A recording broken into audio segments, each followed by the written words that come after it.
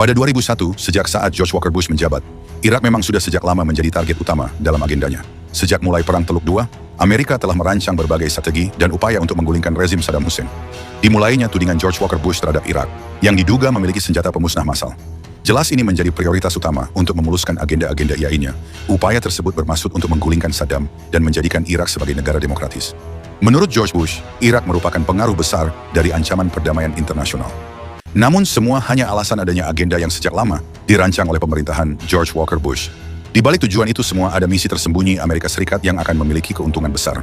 Maka satu-satunya cara untuk melancarkan misinya adalah menggulingkan Saddam Hussein dari Irak. Jelas, Saddam menjadi ancaman bagi Amerika Serikat. Amerika bersikeras mendesak PBB untuk menemukan senjata pemusnah massal yang ada di Irak. Namun setelah pencariannya, PBB menyatakan bahwa Irak tidak memiliki senjata pemusnah massal.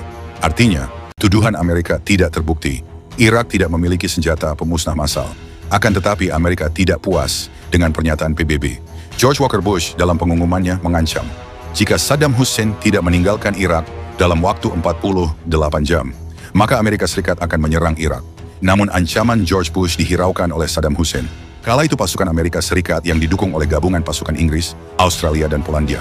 Setelah kurun dalam beberapa jam, Amerika berhasil menguasai kota Baghdad dan menaklukkan pasukan Saddam.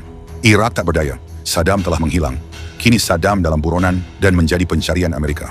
Pada 13 September 2003, Saddam Hussein ditemukan di tempat persembunyiannya di Tikrit, kota kelahirannya. Kemudian Saddam ditangkap dan dieksekusi. Dari dampak invasi Amerika terhadap Irak dan runtuhnya Saddam, adalah kerugian dan penderitaan yang memilukan bagi Irak, yang menjadi dampak sangat berkepanjangan bagi nasib rakyat Irak. Amerika terbukti telah melanggar HAM di Irak, hal yang tak terelakkan, sebagai akibat dari perang yang tak berperi kemanusiaan itu. Pasca berakhirnya invasinya ke Irak, George Bush dalam pidatonya menyatakan, sejak pasukan AS menguasai Irak, kami tidak menemukan senjata pemusnah massal. Setelah misinya berhasil menggulingkan Saddam dari Irak, Amerika dapat menguasai minyak-minyak di Irak. Tentu hal itu akan menjadi keuntungan besar bagi Amerika Serikat. Tentu ini bukan soal senjata pemusnah massal yang ditudingkan Amerika terhadap Saddam yang diklaim sebagai pemiliknya. Namun ini adalah sebuah rencana besar Amerika untuk menggulingkan Saddam dan menguasai Irak. Saddam runtuh, Irak hancur tak berdaya di bawah kekuasaan Amerika.